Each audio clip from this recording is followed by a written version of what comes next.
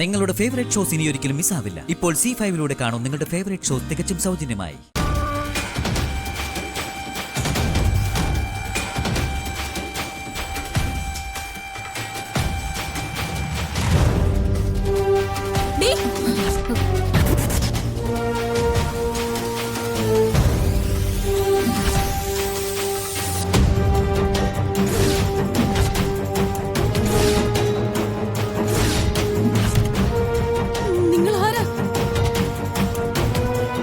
ബോധം പോയോ? തലയിൽ ഉണക്കത്തേങ്ങ വീണോ? അയ്യോ, ഇത് നമ്മുടെ കുഞ്ഞമ്മായിയല്ലേ? എന്താടി നിനക്കൊരു രാത്രി സഞ്ചാരം? വീടിനകത്തെ ഭയങ്കര ചൂട്, ഈ മരുഭൂമിയിലെ പോലെ. എന്നാ പിന്നെ ഇത്തിരി കാറ്റ് കൊണ്ടേക്കാന്ന് കരുതി പുറത്തേക്ക് ഇറങ്ങിയതാ. കൊണ്ടത് കിഴക്കൻ കാറ്റാണോ അതോ പടിഞ്ഞാറൻ കാറ്റായിരുന്നു? അല്ല, കടൽ കാറ്റേ, അല്ലാതെ വൈശാഖം കാറ്റല്ല.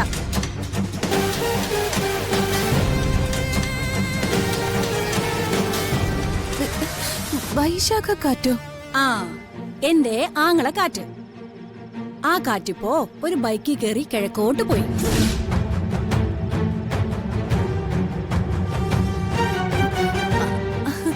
അമ്മായി വൈശാഖിനെ കണ്ടായിരുന്നല്ലേ? ആ, കണ്ടു.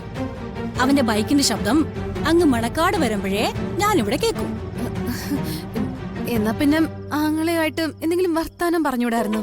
ഹാ, എന്നിട്ട് വേണം എന്റെ കെട്ടിയോൻ ജഗദീശേട്ടൻ കണ്ടോണ്ട് വന്ന് എന്നെ എടുത്തിട്ട് ചെണ്ട കൊട്ടാൻ, അല്ലേ? നീയും എന്റെ ആങ്ങളെയും കൂടി നടത്തുന്നത് ഒത്തുകളി നാടകമാണെന്ന് എനിക്ക് പണ്ടേ പിടികിട്ടിയതാ. ഹാ, അതവിടെ നിക്കട്ടെ. അവൻ വെറുതെ വന്നതാണല്ലേ? അതെ അതെ, അവനെ കടപ്പുറത്ത് കാറ്റ് കൊള്ളാൻ വന്നപ്പോ വെറുതെ ഒരു ലോഹത്തിന് എന്നെ കാണാൻ കയറിയതാ. ലോഹ്യം കയറിയത് എന്തിനാണെന്നൊക്കെ എനിക്ക് മനസ്സിലായി. ഞങ്ങള് ഒന്നോ രണ്ടോ വാക്കുകൾ പരസ്പരം സംസാരിച്ചു. ഒരു മിനിറ്റിനകം കോൺവെർസേഷൻ തീർന്നു. ആ കോൺവെർസേഷൻ മൊത്തം ഞാൻ കേട്ടു. മൊത്തം കേട്ടോ? മൊത്തം കേട്ടു. കേക്കണ്ടായിരുന്നു. കേട്ടുപോയി. നിനക്ക് ഇങ്ങനെ ഒരു കഷ്ടകാലം വരുന്നേ ഞാൻ അറിഞ്ഞില്ല. കുഞ്ഞമ്മായി ഇത് ചെമ്പകമംഗലത്ത് പറയൂ? പറയണോ? അയ്യോ, പറയരുത്. ഞാനത് പറയാതിരുന്ന നീ എനിക്ക് എന്ത് തരും? എന്റെ ആങ്ങളൊരു ഫ്രോഡാ, നീ ഒരു ഇന്റർനാഷണൽ ഫ്രോഡും. രണ്ട് ഫ്രോഡുകൾ കൂടി ചെയ്യുന്ന ഈ കൃത്യം ആരോടും പറയാതിരുന്ന എനിക്കെന്ത് ചെയ്യൂന്ന്.